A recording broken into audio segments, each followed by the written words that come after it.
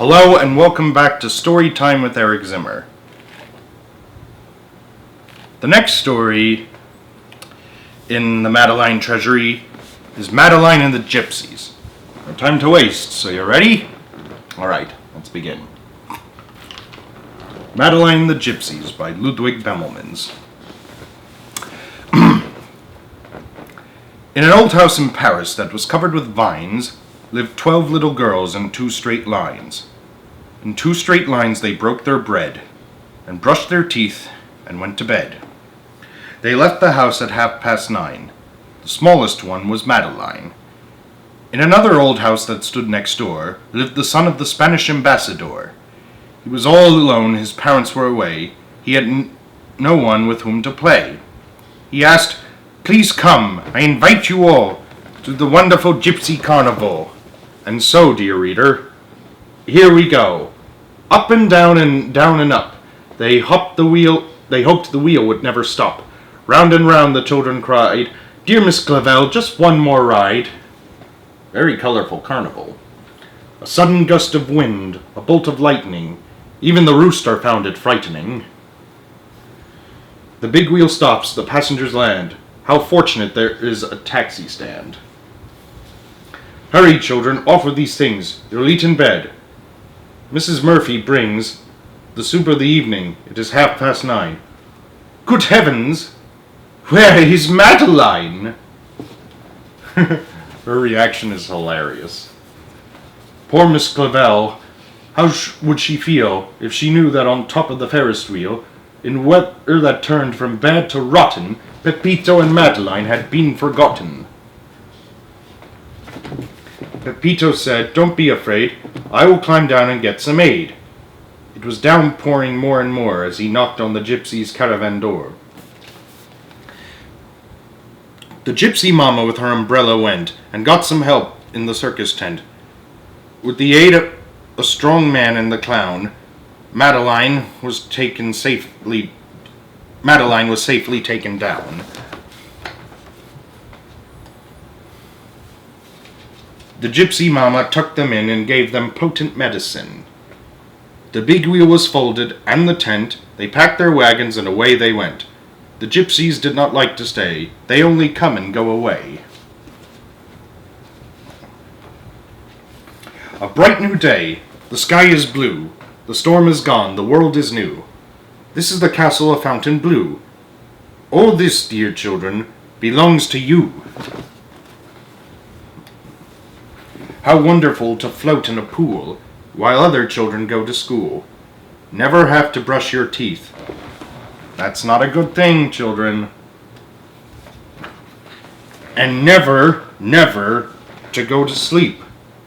That's not good either. We need our sleep. The gypsies taught them grace and speed, and how to ride the circus steed.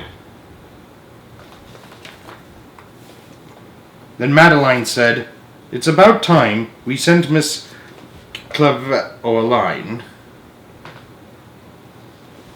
I'm trying to read what it says. It says, "Dear Miss Clavel, we are in a circus and feeling fine. Much love from Pepito and Madeline. Miss Clavel in Paris." Poor Miss Clavel, a shadow of her former self, from worrying because instead of 12, there were only 11 little girls, stopped brushing their curls, and suddenly revived when the postal service arrived. "Thank heaven," she said, "the children are well. But dear, oh dear, they've forgotten how to spell." She studied the postmark, and then fast and faster, they rushed to the scene of the disaster. The gypsy mama didn't like at all what she saw in her magic crystal ball. Uh-oh. The gypsy mama said, "Would you like to try on this lovely costume of a lion?" With a curved needle and some string, she sewed both the children in, and nobody knew what was inside the tough old lion's leathery hide. I hope that's not made from a real lion. She could get a... If she did this in real life, she'd be behind bars.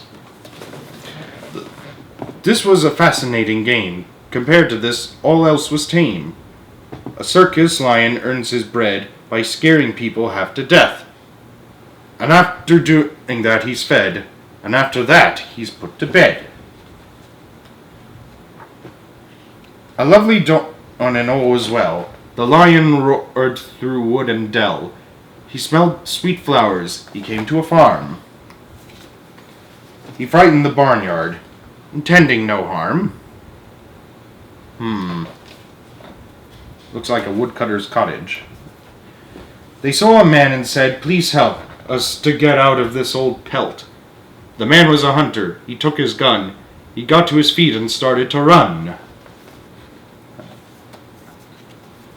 Said the lion, "We'd better go back, for if we not, Nassau or circus will surely be shot." They got to the tent in time for the show. Look, an old steam engine. "Look," said Madeline, "there in the first row." "Oh yes," said Pepito, "there are people we know."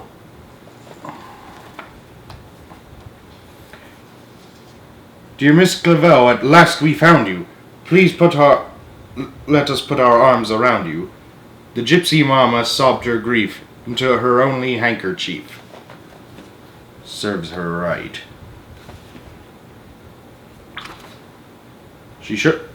Personally, I think she should have been arrested. The strong man suddenly felt weak as tears were running down his cheek. Even the poor clown had to cry as the time came to say goodbye. The best part of the voyage, by plane, by ship, or train, is when the trip is over and you are home again.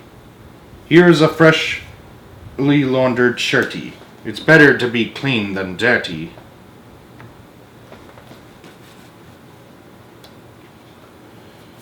In 2 straight lines they broke their bread and brushed their teeth and went to bed. "Good night, little girls. Thank the Lord you are well. And now please go to sleep," said Miss Clavel. And she turned out the light and closed the door. And then she came back, just to count them once more.